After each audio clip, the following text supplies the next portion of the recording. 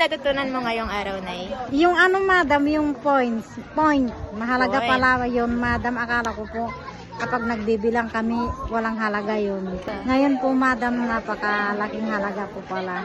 At least ngayon po naiintindihan ko na yung point. Salamat po. Ano yung natutunan mo ngayong araw, Nay? Ay, natutunan mo na eh. Ito, madam. Natutunan mo na eh. Natutunan ko.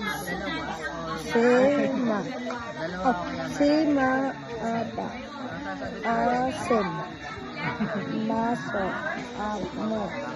Dapat. Apat. Tama. Basa. Pinsan. Ang galing. Natuto si nanay magbasa. Pamangkin. Mga. Ang. Galing. Ano yung natutunan mo ngayong araw, Nay? Pagbabasa at pagsusulat. Ano yung natutunan mo ngayong araw, Tay? Lumiro. Pang-ani. Pataasan. Ano po yung natutunan mo ngayong araw? Natututo po ako ng magbasa po. Magbasa.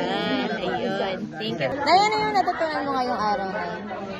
Natutunan ay yung yung sa test ay nasagutan ko lahat. Nasagutan lahat. Galing naman ni nanay. Hindi nahirapan si madam. Bali, dalawa sila. Dalawang madam mo ngayon, Nay. Si sir at saka si madam. Hindi siya nahirap. Nasa nakaupo lang siya. Bahayaan mo ako pa. Tapos dyan na naman, natapos din. Ayan. Ano yung natutunan mo ngayong araw, Nay? Ay, anong natutunan mo ngayong araw, Nay? Nagsusulat, nagbabasa. Nagbasa. Nagbasa.